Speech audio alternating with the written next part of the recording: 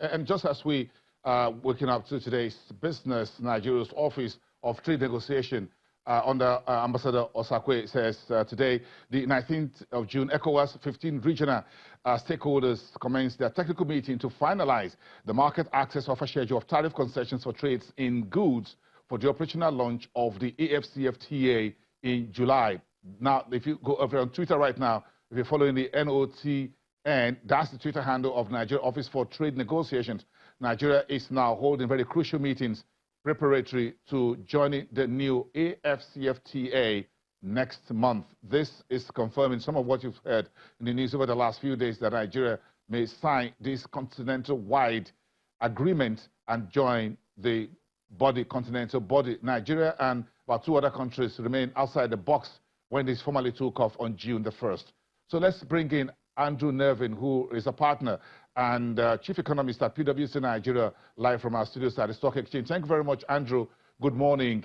Let's get this conversation started from what is happening in Abuja right now. The Office of the Trade Negotiation on Twitter saying that a regional stakeholders meeting is going on, part of preparation of Nigeria joining the AFCFTA.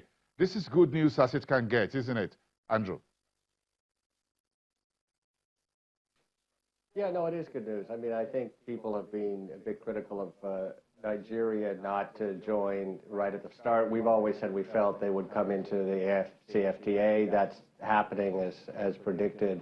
And there can't be really Africa's success story without Nigeria there. So this is good news. Yeah, this is good news. You were at a London event recently, and we had a conversation about 2 weeks ago about what the global community thinks about Nigeria. So this conversation with you is, I'm sure you listened to Mr. President's very lengthy speech on June the 12th, the Democracy Day, and he spoke a little bit within those very long address about Nigeria's position in Africa within the sub-region. Over the last decades, Nigeria's intervention in Sierra Leone in bringing apartheid to its knees in South Africa, in the Congo DRC, in Liberia, in Sierra Leone, and elsewhere in Ivory Coast. And the president says it's time for Nigeria to leverage these interventions over the years and bring some benefits in here. Did you agree with Mr. President on that? Well, I agree that historically Nigeria has played a strong role in Africa. In the last number of years, I think that we haven't been as assertive as we could be, and we need to do more. I mean, particularly in the security matters. I mean, I think the world would really thank Nigeria if it stepped up to play a bigger role in Sahel. I mean, there's a lot of new security threats arising from Sahel.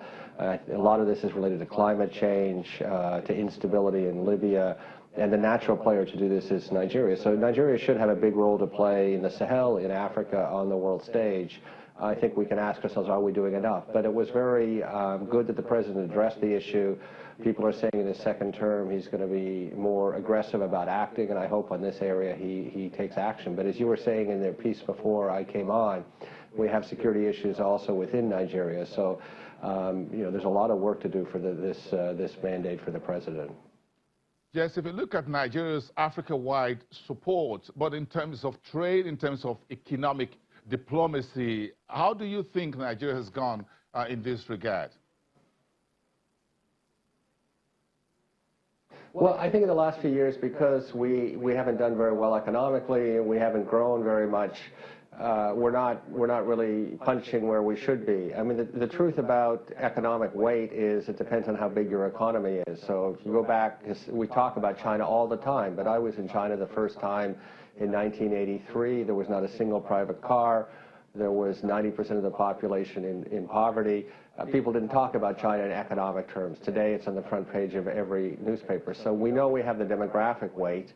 To the extent that we're going to have an influence on global and African affairs, we need a bigger economic weight. If we were growing at 6, 7, 8%, as PwC has put forward the last few years, we would have that weight. But it's very difficult when we're only growing at 2% for us to assert economic diplomacy, economic weight that's commensurate with our demographic size. So again, let's get the economy bigger, and then we'll find that we really are at the center of everything going on in the world and in Africa.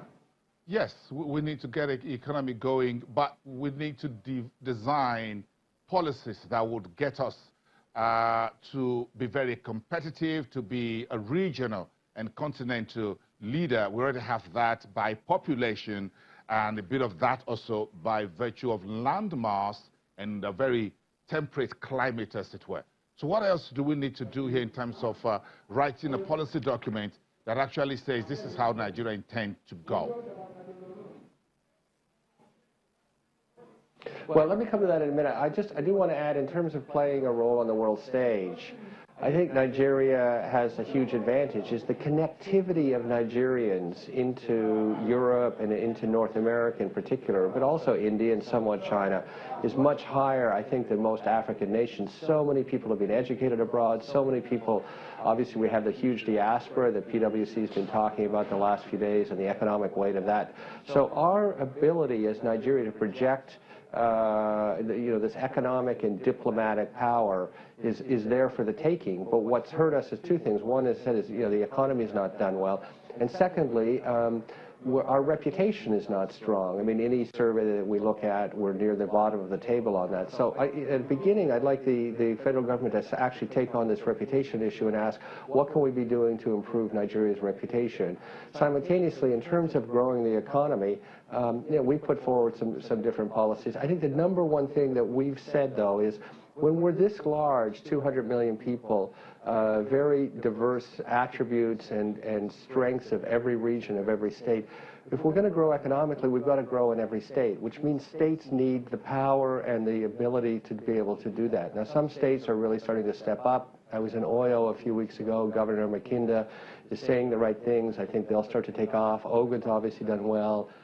Edo State has done well. There are other governors that are out there, but we need 36 governors who are doing things for their state, and then we need the federal government to support things happening at the local level, because when it's overly centralized, it's impossible to set up programs in a country of 200 million people in less than 10 to 15 years, and we don't have time for that. But the specific policies we've talked about the last few years, of course, are things like the exchange rate, obviously the electricity policy. I mean, again, our centralization with NERC has not worked. You were just talking about that earlier at one of the stakeholder forums, are a couple of the policies. But also at a general level, what we started to talk about is 65% of the Nigerian economy is informal. Now, informal is not bad, but if we're going to bring the informal into the formal economy, which creates tax receipts and more certainty, we have to make the formal economy better than the informal economy. And right now, I don't think there's enough thought at the federal government level of how you bring those people in voluntarily. And sometimes the ideas that are suggested are sticks rather than carrots. And I'm not sure in the Nigerian context that you can use a stick to bring into the formal economy.